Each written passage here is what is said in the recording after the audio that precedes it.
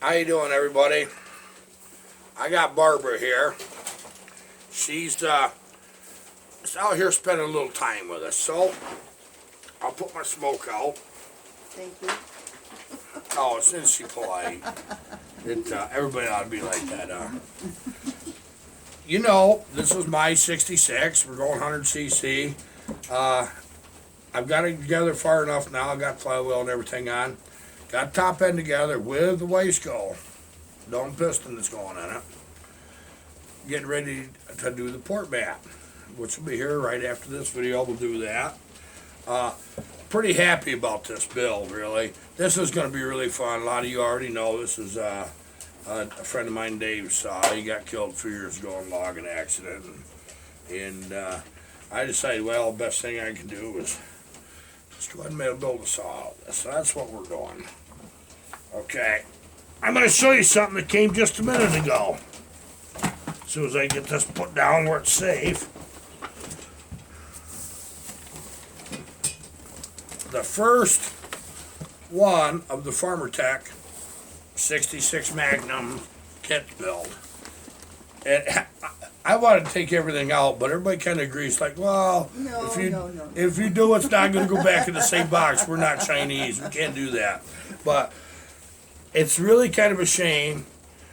We're using about a quarter of these parts, but it's the cheapest way to get that quarter of the parts. Well, I'll tell you what, we got wind and rain. I've been inside and outside. What about you? Yeah. It ain't gonna quit, is it? No, it's not. Yeah, it's not that it's real cold. It's just cold enough. But boy, that moisture. But the parts that we're using are premium. I mean, they're building nicest darn saw, which you'll see. And we're doing red, white, and blue. You already know that. So that's what we got for saws. Okay, you guys have been jonesing for a story. I'm going to tell you one. Now, you got to realize we're the kind of people that we're not superstitious. We don't believe in things we don't touch and see and hear ourselves. But you know how some stories you can't really tell them because other people won't believe you. This is one of them stories that you're not going to believe it, and that's fine. It's your prerogative. There's more to this world than meets the eye. There's things we don't understand. Yeah, it's Halloween, so we thought we'd, it's come right up on. We thought we'd get these in there, didn't we, Barb? But now, back during my good old drinking days way back, I had a house trailer over in the bottom of the woods, not just across the way from where I live now, and I was logging up there, and I'd been logging that a long time, about 10 years. Yeah, same place. It just was relentless. We was putting out big timber, and lots of it. But I used to park the skidder in front of the old trailer, and I had a dog, Emmett. He was a pit bull. He was an old family red nose. He's a brindle with yellow eyes. He was a nice dog. But he sure was a firecracker sometime. I didn't let him learn that he was a pit bull. I think I said that before. But he figured a few things out on his own. He chewed up a bowling ball once, and that ain't no kidding. Sometime I'll show that to you. He chewed the bowling ball up. Well, we had a little dog run out there under some trees by the river, wasn't it? And we'd tie Emmett out on that dog run. Well, you know how a dog that's active, they just clean everything to just bare ground, you know. There ain't no grass, there's no sticks. He'd carry sticks around. He'd carry rocks around, wouldn't he? He'd carry logs around. Yeah, he carried. Go down the creek and carry a log back to you.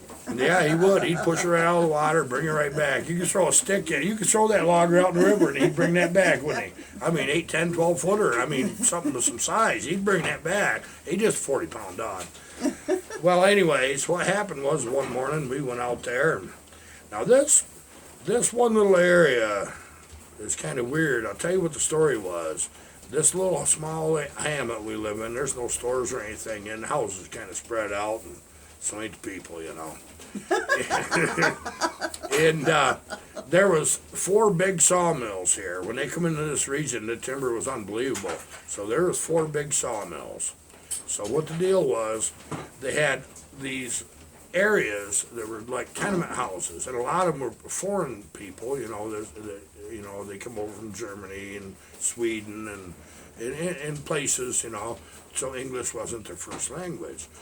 Well, where this house trailer was known to be in one of them places where that they had these tenement houses for the people that lived in these logging camps. And it's still, that area is still pretty obvious there was something there. There was a hand dug well there, and one thing that you had to watch there out back. And well, anyway, what happened is all of a sudden one morning, did you find this? We found a pot, a cast iron pot, right where Emmett's dog run was. It just appeared like instantly. We tied the dog out, and it wasn't even an hour later. Here's this freaking cast iron pot sitting right there on the ground, wasn't it? Well, it was in the bank, kinda. I don't know. It It was was- halfway out of the bank. That's where it came from. But it was bare dirt Yeah, around it. Yeah. And Emmett was off to the side. He wasn't going near that pot. But there was no foliage or grass or anything there. And I said, well, I'll be darned. Well, I had this eerie feeling, and I went over to pick that pot up. And I'll tell you why. It wasn't rusty. But it's obvious it had been there for a very, very long time. Yeah, it was half in the ground, wasn't it? It had been there a very long time. And here it is. This is it.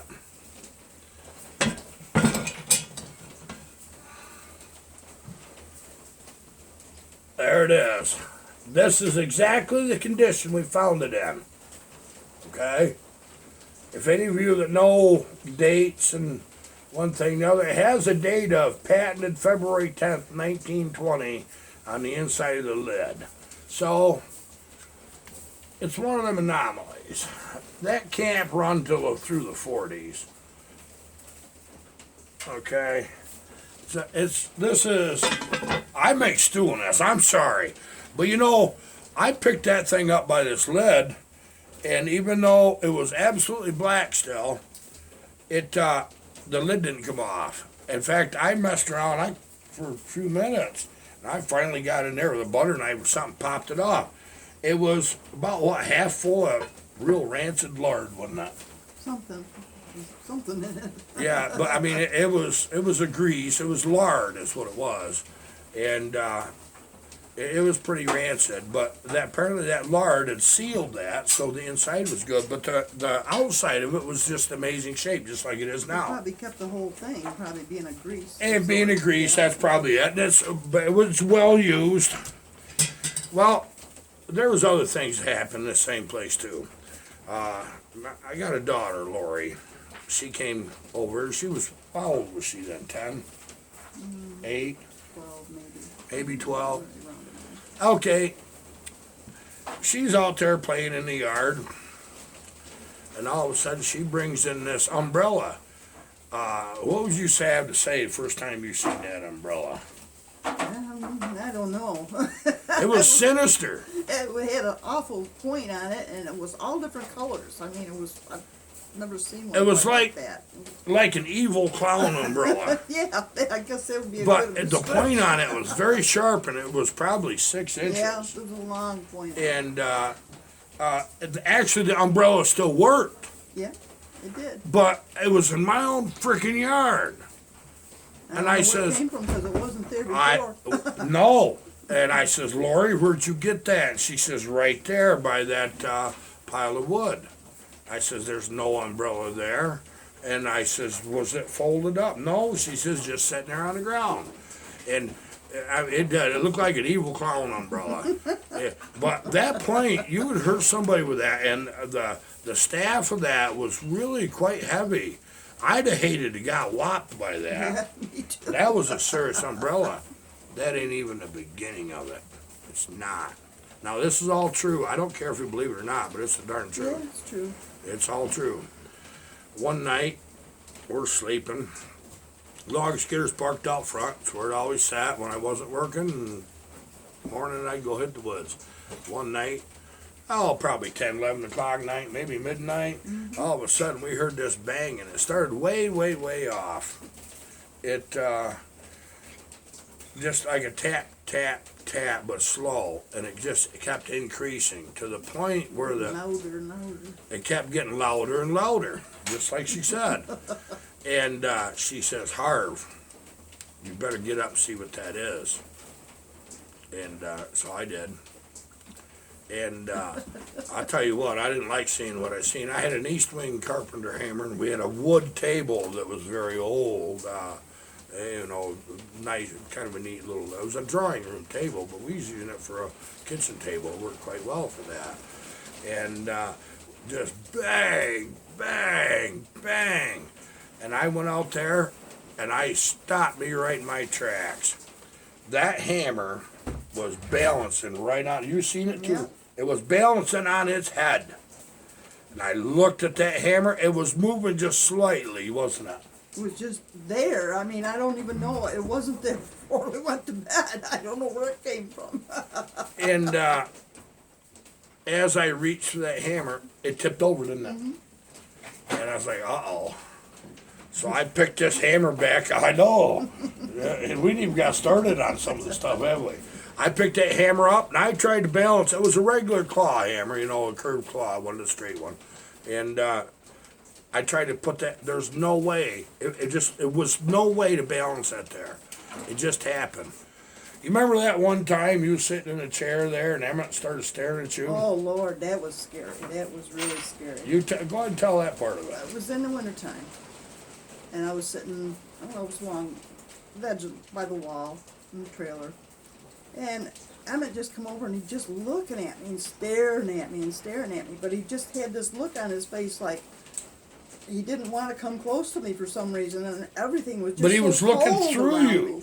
Yeah, it was just, everything was so cold around me. I couldn't understand it because it was really quite warm in the trailer, but I was just freezing. You put a wood stove in a 12-white trailer. I'm sorry, you're freaking warm. But that dog, it just like, his eyes were big and black, and he just like, I didn't know if he was going to jump at me or what he was going to do. There was something going on there. And he didn't like it. He did not like it. So Barb was telling me how cold she was. It was 95 freaking degrees where I was sitting. I was sweating my butt off. You know what I was going to say. And I reached over by her, and Emmett took another couple steps back. She said, "Now, Dad, you're on your own this time." And I reached, and when I got within a couple feet of her, it was just like he was outside It was cold. in that room, wasn't scary. it? Yeah. And we knew what to do about that. We moved the darn chair, didn't we? We did. We moved that darn chair. And what a great place to live, wasn't it? Fantastic. Yeah, it was. It was quiet over there. But you know, one morning I got up and was getting ready to go to work, and I heard this gunshot. And I was like in the shower. We didn't really have a shower. I was using cans of water to take a bath with. We was roughing it. But anyways, I heard this gunshot, and I said, "Harv, did you hear that?" He said, "Yeah." And I said, "Was that a gunshot?" And he said, "Yeah." 10 after 5 in the morning. Yeah. Well, that was it. The next morning, same time, I got up. 10 after We're doing 5. the same thing, another gunshot. I mean, this went on for like a week. Was not a little gun. Every morning, there was a gunshot. Now, what was going on? Who was out shooting at that time? Every morning, I don't know. We asked people over in Adrian there that themselves have. No, they didn't hear nothing. They heard it. They didn't hear nothing today. It was just the darndest Nobody thing. heard nothing. You remember that face that appeared on the bedroom ceiling? Yeah. Can you describe that face? Right above our bed, you know how the house trailer ceilings are, and it was white. This face appeared, and it did it overnight. We never seen it before, but it was clear as a bell, right up to the point of absolute pitch dark. You could clearly see it, or bright sunlight. Didn't matter. It looked like a water stain, but it was a clear face. Yeah. Describe that face. I don't want to. It was a man's face for sure. And Bald-headed. yeah, bald-headed, and it just... Very pronounced features, Yeah. like a rugged man. Yep, it was scary. Just that. I remember when we was laying there and we was hearing people talking. Oh yeah, it sounded like an old couple. I forgot about that.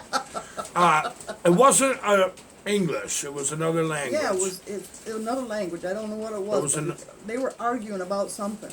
And the old man would blah, blah, blah, like that. And it would start off quiet at first, didn't Yeah. it? And then pretty soon she'd answer now this wasn't mumbling, you heard every word. And they sounded like they were in upper 70s by the Yeah, sounds of their older, voice. yeah. Yeah, older people. But they was bickering is what it was. And then it became a full-blown argument, didn't it? What made that stop that night? I think I got don't up know. again. I think we got up. I think I got up again, and it stopped. That's what happened.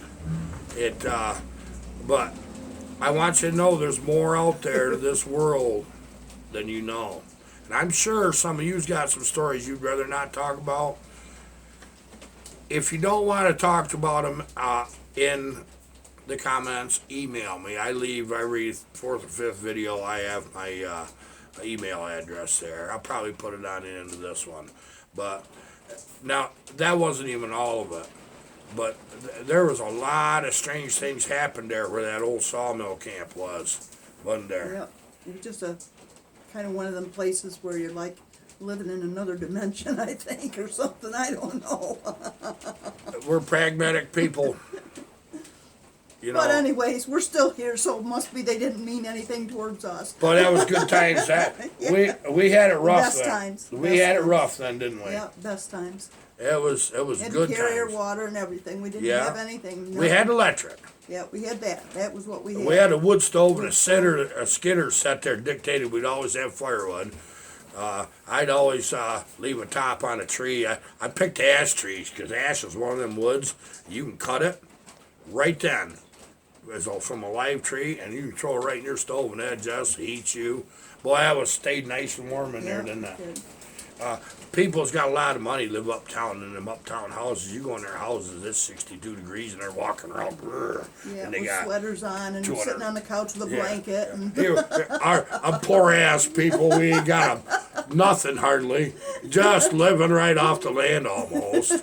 And the one thing we didn't lack was food, because it was running right by your we door. didn't like food. No, it was running right by your door, and we never could say you had a cold moment. Could you? I mean, them are good times. We ain't cold here now either. We still heat with wood. Yep. We don't worry about that gas man coming and giving us a bill that's going to give me a heart attack or something. We provide our own. Yeah, we provide our own heart attacks with food. Yeah, we can do that. You're killing me with love, buddy. You're killing me with love. Now, she wrote a song. It's the Iron Horse song. Now, we have band practice tonight. We worked on it last week. We're going to work on it some more. Once they get that band and everybody gets it figured out, we're going to record it. And you're going to see it right here. It's the cutest song. I just really thought it was so cool. And what was funny, I came home one day, just not very about a little over a week ago, and here she is. I said, what the heck is that? Because she writes a lot of her own music. What prompted you to do that? I just got thinking about it. I just thought about what you do and all that, and I just wrote it down, and then I tried to put a tune to it. And it works. Okay, people. We're Oh, gonna, before you leave, I want to say hi to Bill. Bill Block? Hi, Bill. Thanks for the coffee. You for- Hi, Dad. Bill's dad. And everybody else that's out there. Mikey. Mikey who?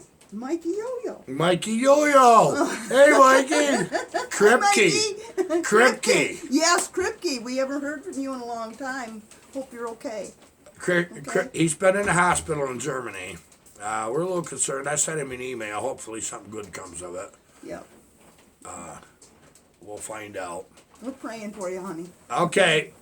That's it. I got to get this up.